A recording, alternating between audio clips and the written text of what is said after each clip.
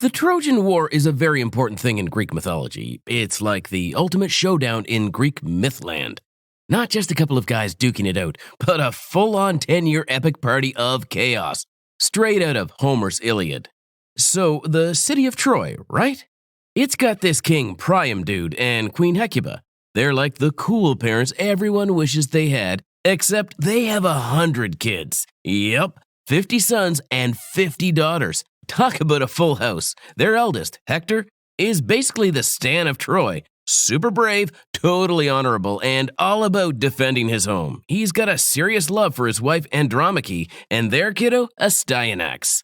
So in the big old royal family of Troy, there's also this girl Cassandra. She's got this weird vibe because Apollo, the sun god and a total player, has a major crush on her. He gives her future-seeing powers to impress her, but Cassandra's like, nah, thanks, I'm good, and totally rejects him.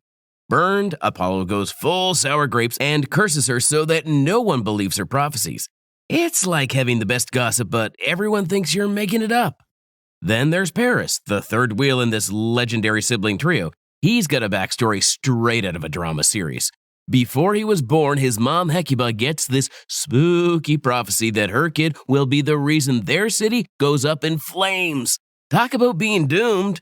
Not wanting to off her own kid, she gives him to a shepherd, thinking he'll do the dirty work. But plot twist, the shepherd couldn't bring himself to harm the baby and raised him instead. So Paris grew up with the sheep, totally oblivious to his royal blood. But wait, there's more. Over in Sparta, Zeus, the god who can't keep it in his toga, falls for Queen Leda. He's got this weird swan fetish and seduces her while in bird form. Leda then hatches, literally, 2 eggs, and out come Castor, Pollux, Clytemnestra, and Helen. Helen grows up to be this drop-dead gorgeous woman who's got everyone swiping right. To stop a massive battle for her hand, Odysseus, the brainy king of Ithaca, gets all her suitors to pinky swear they'll protect whoever she marries. It's like the ultimate bro code pact, but with swords and ancient world drama. Menelaus, the prince of Mycenae, wins the ultimate prize. Helen, the it girl of Sparta, chooses him. They tie the knot, becoming the king and queen of Sparta. Meanwhile, all Helen's other suitors pack their bags and head home. Little did they know, this pinky promise they made would kick off one of history's biggest brawls. Now over to the wedding of King Peleus and sea goddess Thetis, which was like the Met Gala of the gods. They invited everyone but Eris, the goddess of discord. She's like that one guest no one wants at their party. But Eris crashes it anyway, tossing in a golden apple labeled, "To the most beautiful." This led to instant chaos. Hera, Athena, and Aphrodite started bickering over who's the fairest of them all. So they go to Zeus, hoping he'll pick a winner. But Zeus is like, nope, I'm staying out of this. Instead, he points them to Paris, the shepherd. Little did they know Paris is actually Trojan royalty in disguise. The goddesses turn on the charm, each offering Paris something. Hera's like, I'll make you king of Asia. Athena offers ultimate wisdom and invincibility, and Aphrodite plays her trump card, the love of the world's most beautiful woman, Helen. Paris, totally swayed by the love angle, hands the win to Aphrodite. Under the spell of Aphrodite's matchmaking, Paris lands in Sparta and meets Helen. It's like love at first sight. The two hit it off big time. Paris sweeps Helen off her feet and takes her back to Troy. Back in Troy, the long-lost prince gets a hero's welcome from his dad, King Priam, but not everyone's throwing confetti. Prince Hector, the responsible big bro, is fuming. He's like, bro, do you even think? Warning that Paris's love escapade is a one-way ticket to Warville. And Cassandra, with her cursed gift of prophecy, is totally freaking out, seeing visions of Troy turning into ancient rubble. But thanks to Apollo's grudge, everyone's like, Cassandra, please.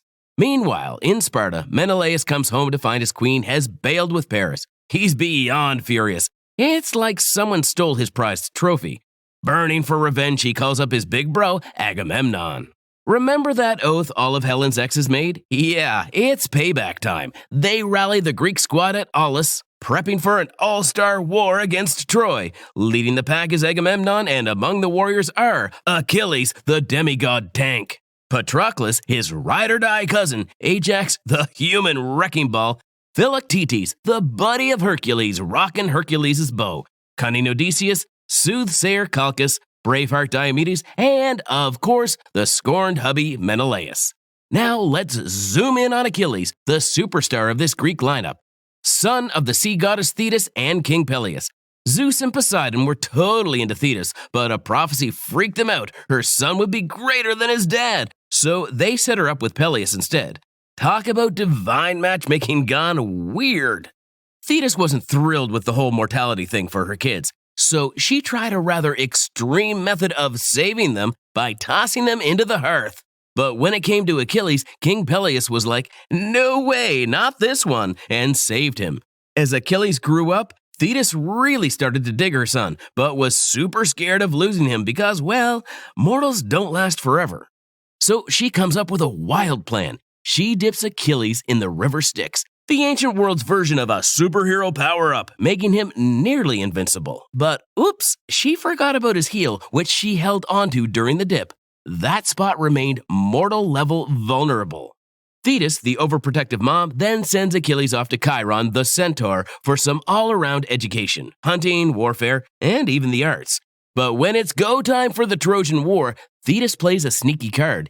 She sends Achilles to King Lycomedes' court, disguised as a lady, hoping to keep him away from the battlefield. However, the Greeks aren't down with starting this epic war without their star player Achilles.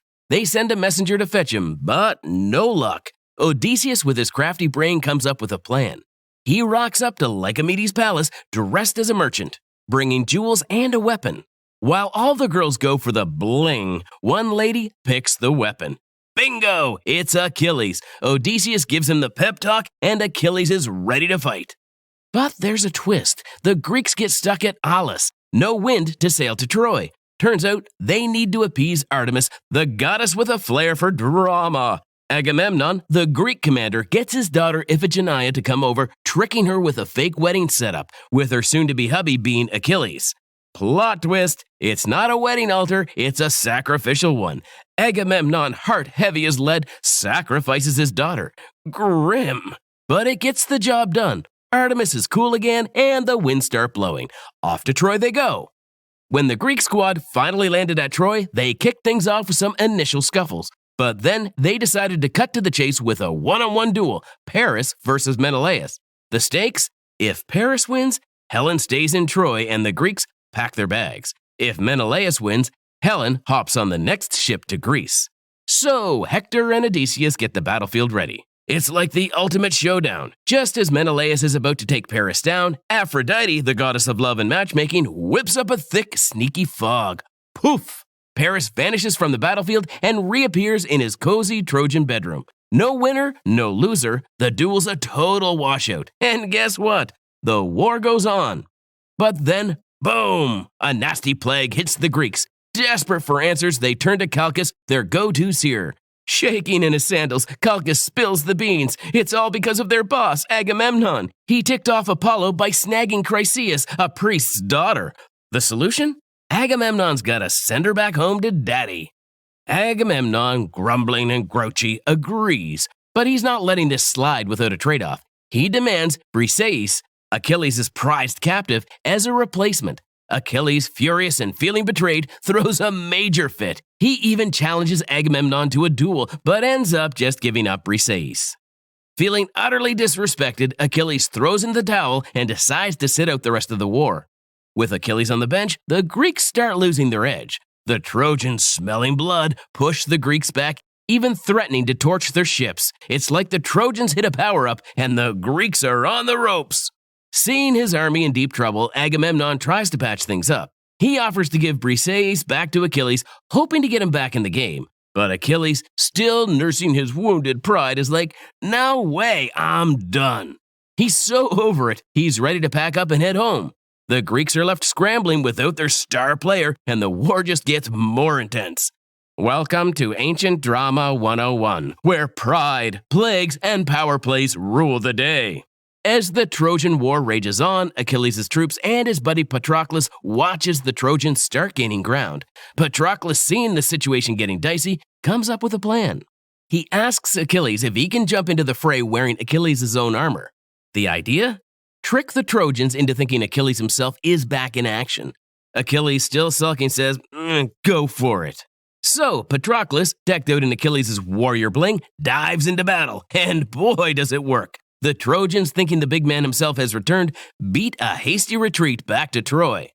But then things get messy. During a face-off with Hector, Patroclus' helmet gets knocked off. Hector, with a little celestial assist from Apollo, takes him down and swipes his armor. Word of Patroclus' death hits Achilles hard. Fueled by a mix of grief and rage, he decides it's time to get back in the game. Hephaestus, the god of blacksmiths, whips up a shiny new set of armor for him. Achilles, now back in full warrior mode, goes on a rampage, turning the battleground into a scene right out of a horror movie. When Achilles finally faces Hector, it's a brutal showdown. Achilles emerges victorious, but he's not done. He ties Hector's body to his chariot and drags it around, a chilling display of revenge. However, Hermes steps in to keep Hector's body from being totally wrecked. The sight of Hector's mistreatment is too much for King Priam of Troy. Protected by Hermes, he sneaks into the Greek camp at night, begging Achilles for his son's body. Achilles, maybe feeling a twinge of conscience, agrees. Hector gets a proper burial, much to the relief of the Trojans. With Hector gone, the Greeks start dominating again. Achilles, now in beast mode, nearly cracks open Troy's gates. But then, Paris, aided by the ever-helpful Apollo, lands a lucky shot. An arrow strikes Achilles' only weak spot, his heel. Just like that, the greatest warrior of the Greeks falls. A fierce battle erupts over Achilles' body. Ajax and Odysseus leap into the fray, defending their fallen comrade. After the dust settles, Odysseus, with his silver tongue and quick wits, is awarded Achilles' legendary weapons. Ajax, however, can't handle this blow to his pride. Driven mad by Athena, he thinks he's attacking his Greek rivals, but in a tragic mix-up, only slaughters a flock of sheep. When he realizes his mistake, he's so overwhelmed with shame that he chooses to end his own life. The Greeks are in mourning, their camp filled with sorrow. But the war must go on. Nestor, the wise old voice of reason, rallies the Greek troops, so the battle resumes. In a twist of poetic justice, Paris, the prince whose love started this whole saga, meets his end. Philoctetes, wielding the mighty bow of Heracles, lets loose an arrow that finds its mark, ending the life of the man who took Helen to Troy. After a grueling 10 years of battle with no end in sight, the Greeks needed a game changer. Then Calchas, the seer, had a light bulb moment. He suggests they need to get crafty instead of just strong-arming their way into Troy. Odysseus, always the brainiac, comes up with a plan that's part Hollywood heist, part ancient trickery. The Trojan horse. The Greeks build this massive wooden horse, big enough to hide a bunch of their warriors inside. We're talking about Odysseus, Neoptolemus, Achilles' son, and a crew of other Greek tough guys, all crammed in there. The idea? Make it look like a peace offering to the Trojans. The Greeks then pack up their camp, making a big show of sailing away, but actually just hiding near Tenedos, a nearby island. They leave one guy, Sinon, behind to play the part of the abandoned Greek. The Trojans find him and the giant horse. Sinon spins this yarn about being ditched and how the horse is a gift to Athena, the goddess of wisdom and war. Meanwhile, Laocoon, the Trojan seer, smells a rat and warns everyone. But just as he's making his point, sea serpents sent by the gods, who are clearly Team Greek, take him and his sons out. The Trojans take this as a sign that Laocoon was lying. Cassandra, Priam's daughter, sees through the ruse and predicts doom if the horse enters Troy. But thanks to Apollo's curse, everyone ignores her. So, in a mood of victory, the Trojans drag the horse into the city and throw a huge party to celebrate their win. As the Trojans sleep off their party, Sinon signals to the hidden Greek fleet. He then opens the horse, and the Greek warriors spill out, opening the city gates for their comrades. The Trojans, caught off guard and still woozy from the festivities, are overrun. The city falls into chaos and slaughter. In the midst of this carnage, Neoptolemus, living up to his father Achilles' legacy, kills King Priam. He also takes Andromache, Hector's widow, as a prize back to Epirus. In a tragic twist, Hector's young son, Astyanax, is thrown from the city walls, ending the royal line of Troy. Amid the total wreckage, a few Trojans somehow managed to slip away. And guess who's in that escape crew? Helen, the very lady who sparked this whole epic mess in the first place.